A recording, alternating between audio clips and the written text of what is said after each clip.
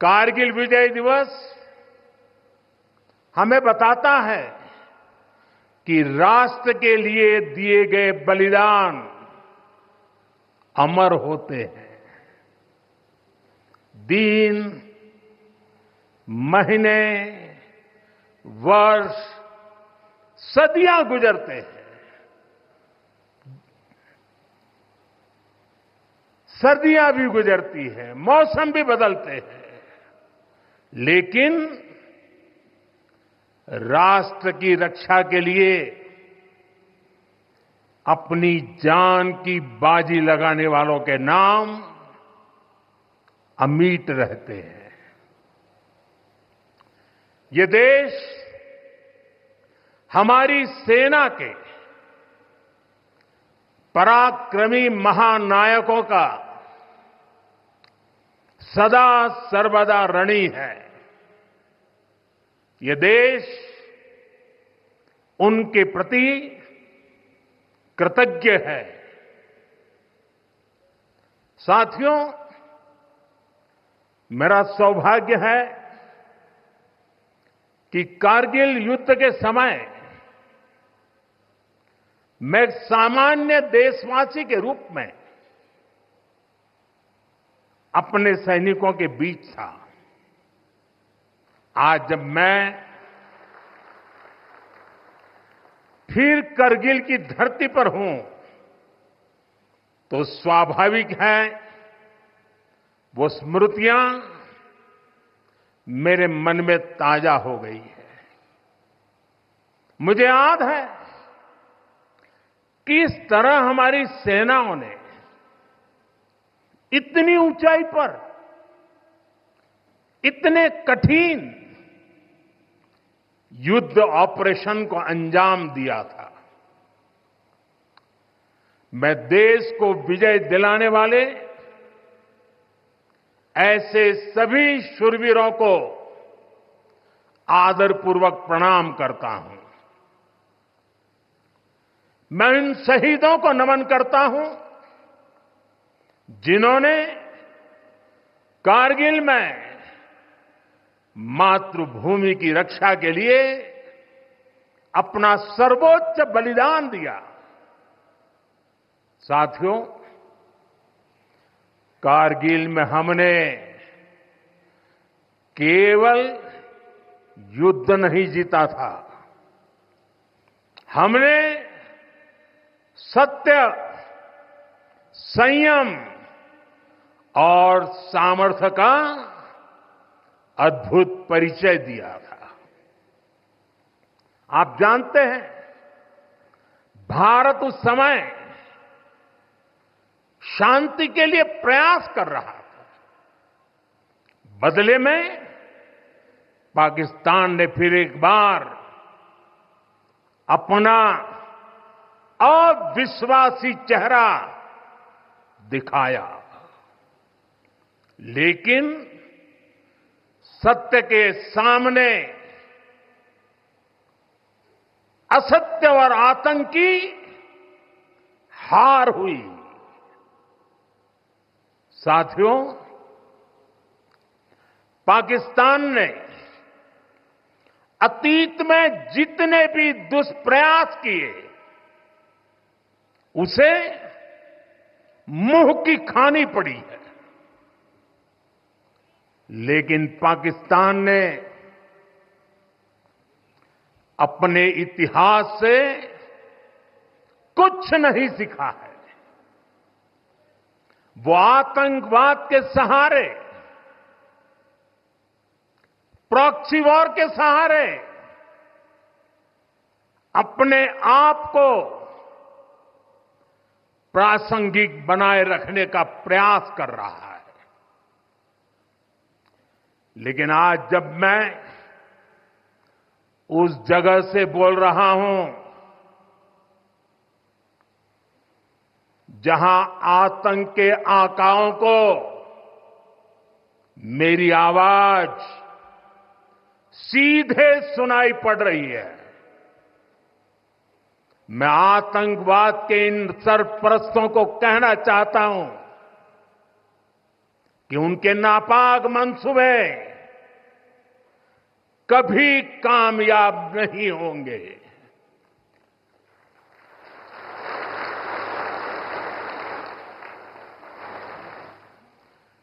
आतंकवाद को हमारे जाबाज पूरी ताकत से कुचलेंगे। दुश्मन को मुंहतोड़ जवाब दिया जाएगा। साथियों, लद्दाख हो या फिर जम्मू कश्मीर, विकास के सामने आ रही हर चुनौती को भारत परास्त करके ही रहेगा।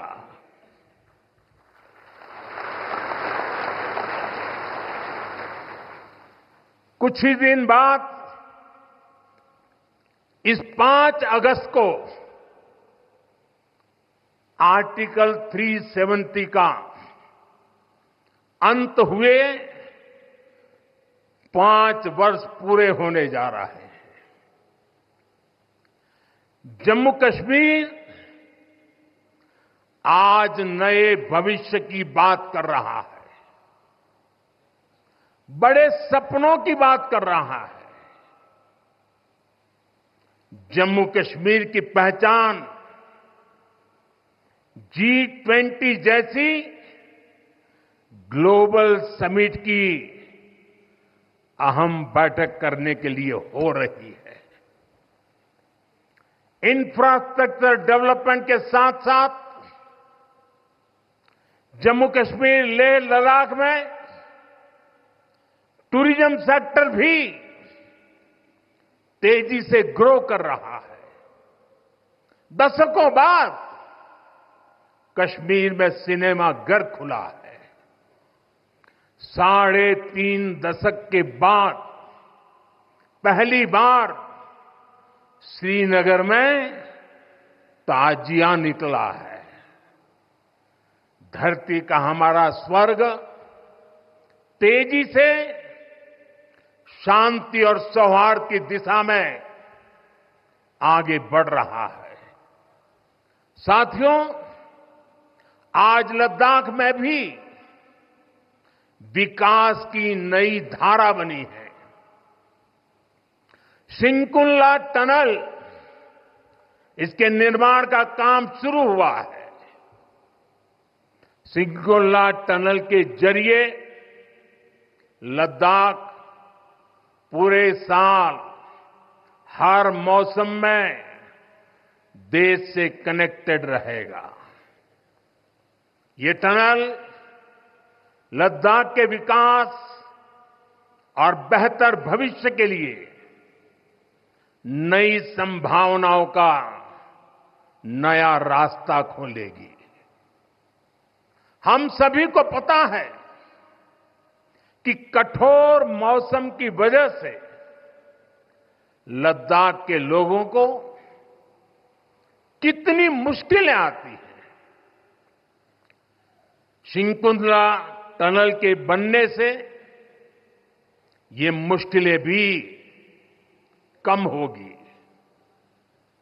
मैं लद्दाख के मेरे भाई बहनों को इस टनल का काम शुरू होने के लिए विशेष बधाई देता हूं। साथियों, लद्दाख के लोगों का हित हमेशा हमारी प्राथमिकता रहा है। मुझे याद है कोरोना के समय में करगिल क्षेत्र के हमारे कई लोग ईरान में फंस गए थे। उन्हें वापस लाने के लिए मैंने व्यक्तिगत स्तर पर काफी प्रयास किए। ईरान से लाकर उन्हें जैसलमेर में ठहराया गया था और जब स्वास्थ्य की दृष्टि से पूरी तरह संतोषजनक रिपोर्ट मिले उसके बाद उन सबको उनके घर तक यहां पहुंचाया था। हमें संतोष है कि हम अनेकों जिंदगियों को बचा पाए। यहां के लोगों की सुविधाएं बढ़े, ईज ऑफ लिविंग बढ़े, इसके लिए भारत सरकार निरंतर प्रयास कर रही है। बीते 5 वर्षों में ही हमने लद्दाख के बजट को 1100 करोड़ से बढ़ाकर 6000 करोड़ रुपए कर दिया है। यानी करीब करीब 6 गुना की वृद्धि। ये पैसा आज लद्दाख के लोगों के विकास में, यहां सुविधाएं बढ़ाने में काम आ रहा है। आप देखिए, सड़क, बिजली, पानी, शिक्षा, पावर सप्लाई, रोजगार, लद्दाख में हर दिशा में दृश्य भी बदल रहा है, परिदृश्य भी बदल रहा है।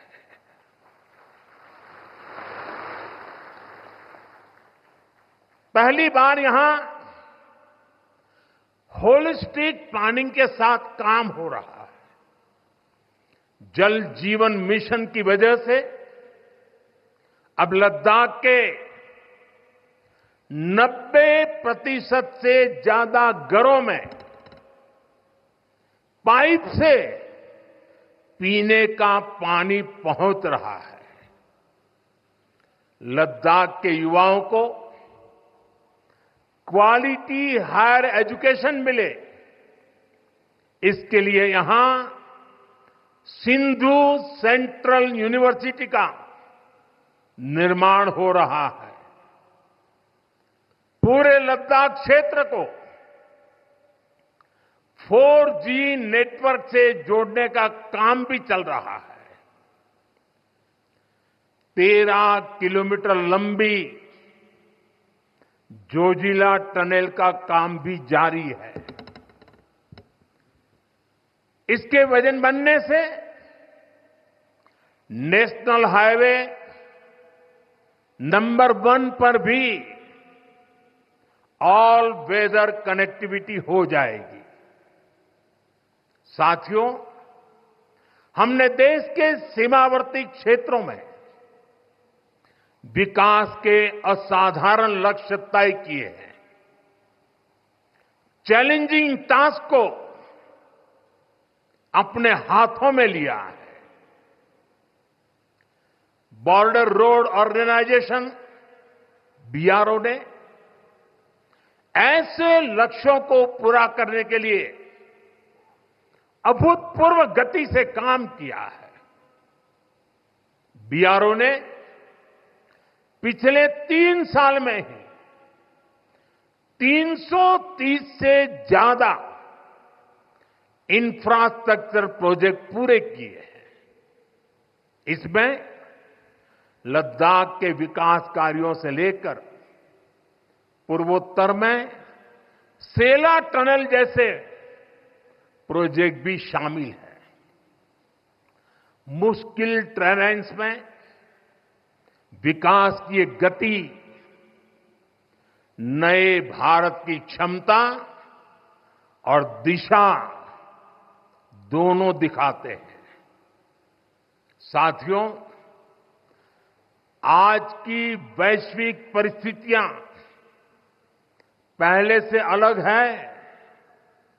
इसलिए हमारी सेनाओं को हथियारों और उपकरणों के साथ साथ कार्यशैली और व्यवस्थाओं में भी आधुनिक होना चाहिए। इसलिए देश दशकों से डिफेंस सेक्टर में बड़े रिफॉर्म्स की जरूरत महसूस करता रहा था। सेना स्वयं वर्षों से इसकी मांग कर रही थी, लेकिन दुर्भाग्य से पहले इसे उतना महत्व नहीं दिया गया। बीते 10 वर्षों में हमने डिफेंस रिफॉर्म्स को रक्षा क्षेत्र की पहली प्राथमिकता बनाया है। इन रिफॉर्म्स के कारण आज हमारी सेनाएं ज्यादा सक्षम हुई हैं, आत्मनिर्भर हो रही है। आज डिफेंस प्रोक्योरमेंट में बड़ी हिस्सेदारी भारतीय डिफेंस इंडस्ट्री को दी जा रही है। डिफेंस में रिसर्च एंड डेवलपमेंट बजट का भी 25% प्राइवेट सेक्टर के लिए रिजर्व किया गया है। ऐसे ही प्रयासों का परिणाम है कि भारत का डिफेंस प्रोडक्शन अब 1.25 लाख करोड़ रुपए से ज्यादा हो चुका है। कभी भारत की गिनती हथियार मंगाने वाले देश के रूप में भी थी। अब भारत एक्सपोर्टर के तौर पर अपनी पहचान बना रहा है।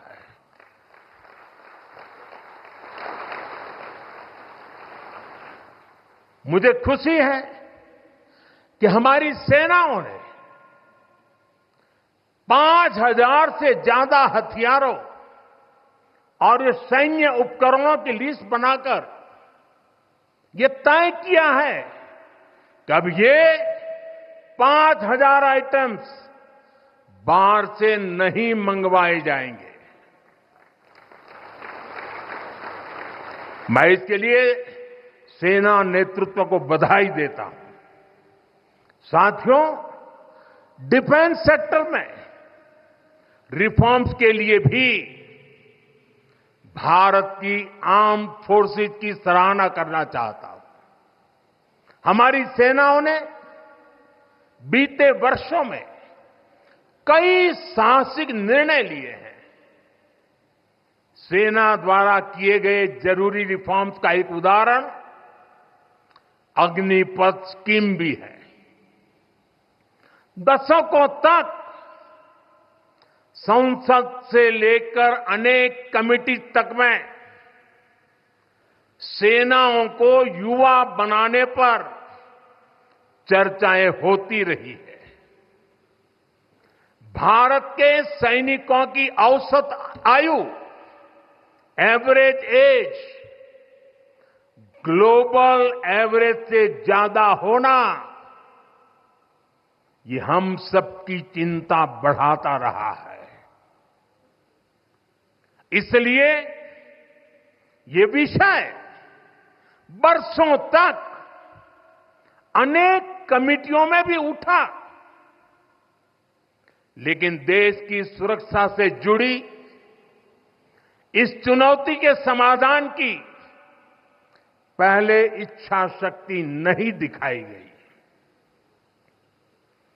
शायद कुछ लोगों की मानसिकता ही ऐसी थी कि सेना मतलब नेताओं को सलाम करना, परेड करना। हमारे लिए सेना मतलब 140 करोड़ देशवासियों की आस्था। हमारे लिए सेना मतलब 140 करोड़ देशवासियों की शांति की गारंटी। हमारे लिए सेना मतलब देश की सीमाओं को सुरक्षा की गारंटी। अग्निपथ योजना के जरिए देश ने इस महत्वपूर्ण सपने को एड्रेस किया है। अग्निपथ का लक्ष्य सेनाओं को युवा बनाना है। अग्निपथ का लक्ष्य सेनाओं को युद्ध के लिए निरंतर योग्य बनाए रखना है। दुर्भाग्य से राष्ट्रीय सुरक्षा से जुड़े इतने संवेदनशील विषय को कुछ लोगों ने राजनीति का विषय बना दिया है। कुछ लोग सेना के इस रिफॉर्म पर भी अपने व्यक्तिगत स्वार्थ में झूठ की राजनीति कर रहे हैं। ये वही लोग हैं जिन्होंने सेनाओं में हजारों करोड़ के घोटाले करके हमारी सेनाओं को कमजोर किया। ये वही लोग हैं जो चाहते थे कि एयरफोर्स को कभी आधुनिक फाइटर जेट न मिल पाए। ये वही लोग हैं जिन्होंने तेजस फाइटर प्लेन को भी डिब्बे में बंद करने की तैयारी कर ली थी। साथियों, सच्चाई ये है कि अग्निपथ योजना से देश की ताकत बढ़ेगी और देश का सामर्थ्यवान युवा भी मातृभूमि की सेवा के लिए आगे आएगा। प्राइवेट सेक्टर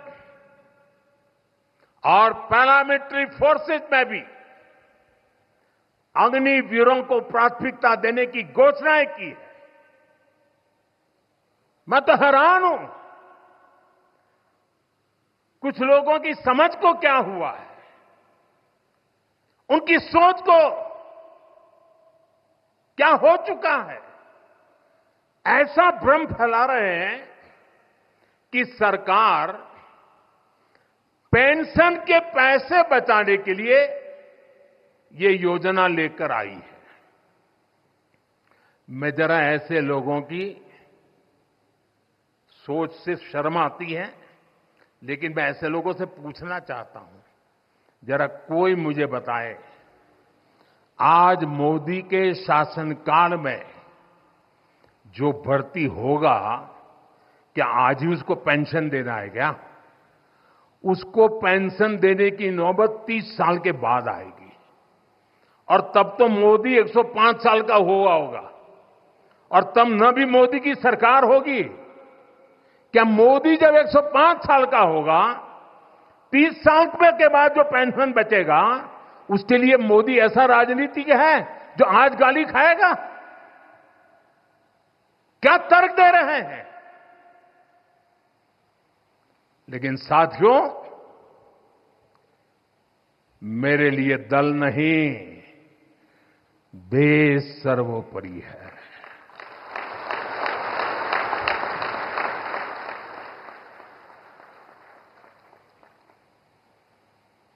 और साथियों, मैं आज गर्व से कहना चाहता हूं, सेनाओं द्वारा लिए गए इस फैसले का हमने सम्मान किया है। और जैसा मैंने पहले कहा, हम राजनीति के लिए नहीं, राष्ट्र नीति के लिए काम करते हैं। हमारे लिए राष्ट्र की सुरक्षा सर्वोपरि है।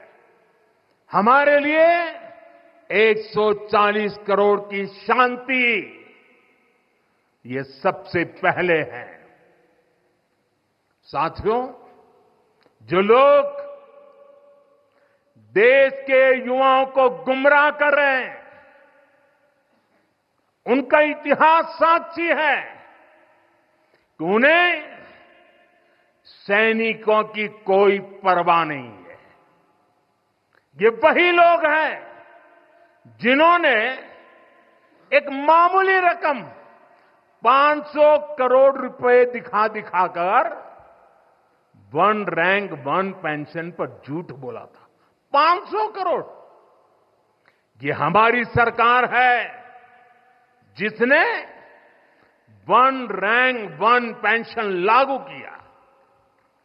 पूर्व सैनिकों को 1.25 लाख करोड़ रुपए से ज्यादा दिए गए।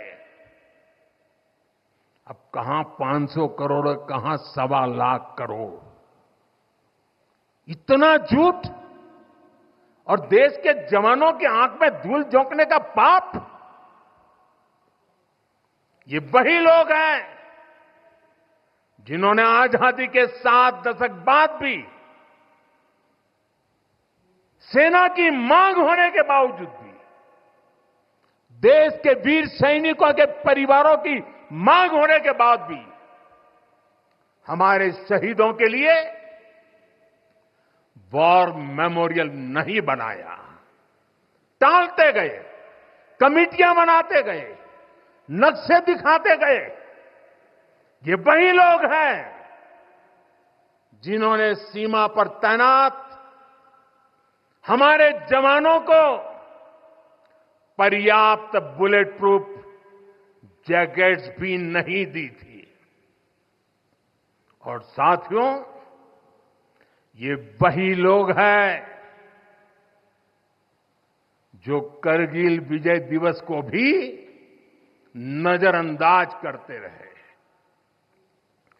ये तो देश की कोटि कोटि जनता के आशीर्वाद है कि मुझे तीसरी बार सरकार बनाने का मौका मिला और इसलिए आज ये महत्वपूर्ण ऐतिहासिक घटना का हम पुण्य स्मरण कर पा रहे हैं। वरना अगर वही आ जाते तो इस युद्ध विजय की इस तारीख को याद नहीं करते। साथियों, कारगिल की विजय ये किसी सरकार की विजय नहीं थी। कारगिल की विजय ये किसी दल का विजय नहीं था। ये विजय देश की थी। ये विजय देश की विरासत है। ये देश के गर्व और स्वाभिमान का पर्व है। मैं एक बार फिर 140 करोड़ देशवासियों की तरफ से मेरे वीर जवानों को श्रद्धापूर्वक नमन करता हूं। सभी देशवासियों को पुनः एक बार कारगिल विजय के 25 वर्ष की शुभकामनाएं देता हूं। मेरे साथ बोलिए, भारत माता की। ये भारत माता की जय मेरे उन वीर शहीदों के लिए है, मेरे वीर भारत मां के वीर सपूतों के लिए है। भारत माता की, भारत माता की, भारत माता की। बहुत बहुत धन्यवाद।